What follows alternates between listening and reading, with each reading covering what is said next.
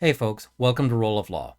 Today what I want to talk about is how to argue rules at your D&D game or other role-playing game like a lawyer.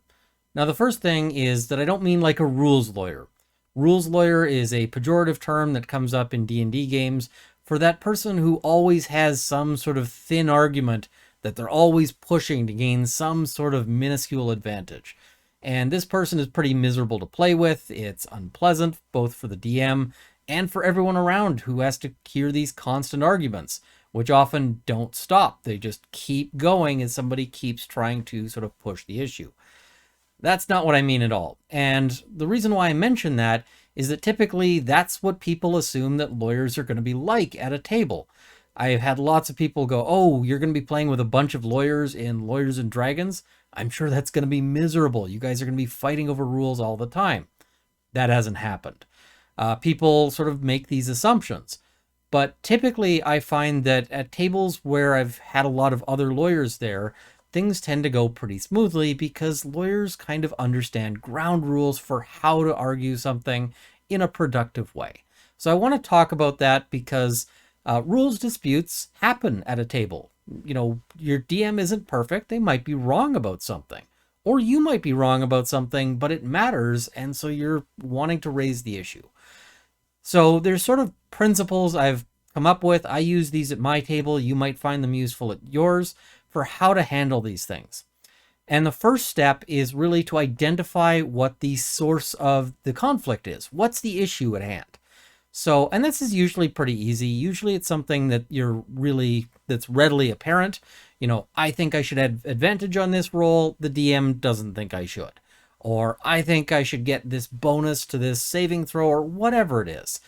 But sometimes it can be worthwhile just to set out the parameters just so that everyone's on the same page, because sometimes people get arguing about things and they don't really understand that maybe they both agree with each other or they're arguing different points, and so you can end up in a very unproductive discussion if neither side is really, on parallel with the other.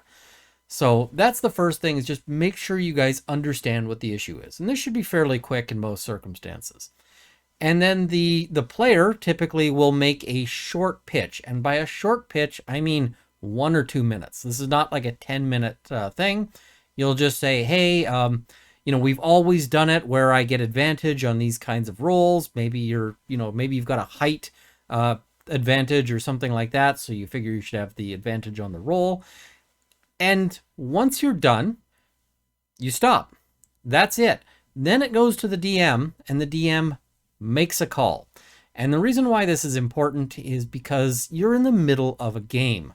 Things have to keep moving. You can't have a back and forth for 20 minutes while everyone else gets bored and starts pulling out their cell phones or wishing that they had stayed home and played video games.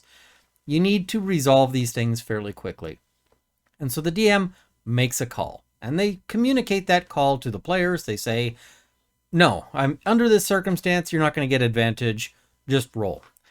And then you just play on, whatever it is, even if you don't like the ruling, even if this is a ruling that is greatly detrimental to your character. Maybe it's going to kill your character. You play on, you move past it, and you accept the ruling, at least for now.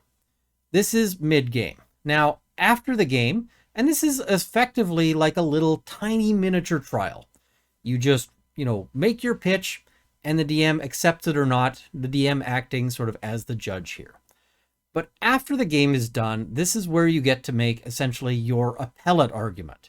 This is when you can say and raise again in sort of a lengthier thing, because now you've got time, right? Nobody else is having to sit there waiting around. You can write up something with a little more detail. You probably have time to flip through books and look for sources. And so you can make a lengthier pitch there. And this can have a little more discussion, and it might involve other players if there's other people sort of affected by it.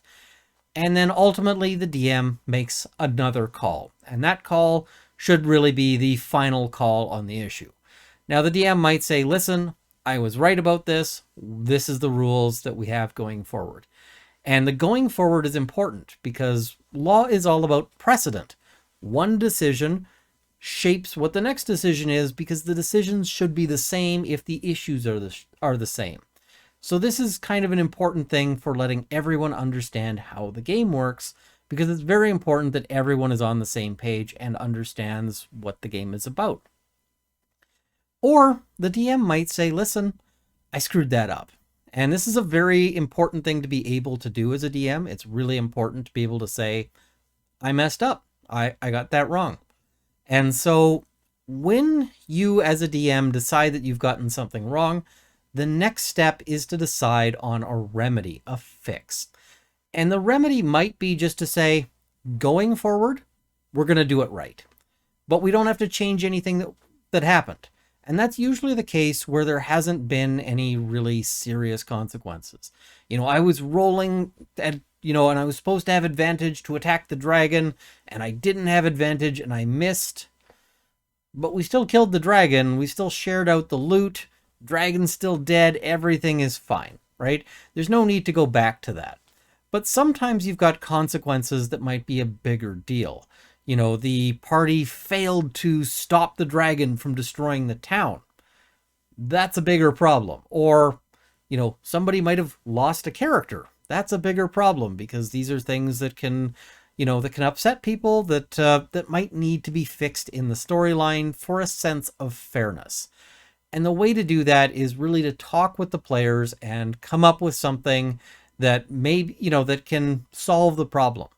Maybe the dead party member, the party will run into, a priest who, as part of the rewards for killing the dragon, might bring this character back to life. That might be a satisfying solution if your ruling resulted in that character dying when they wouldn't have otherwise.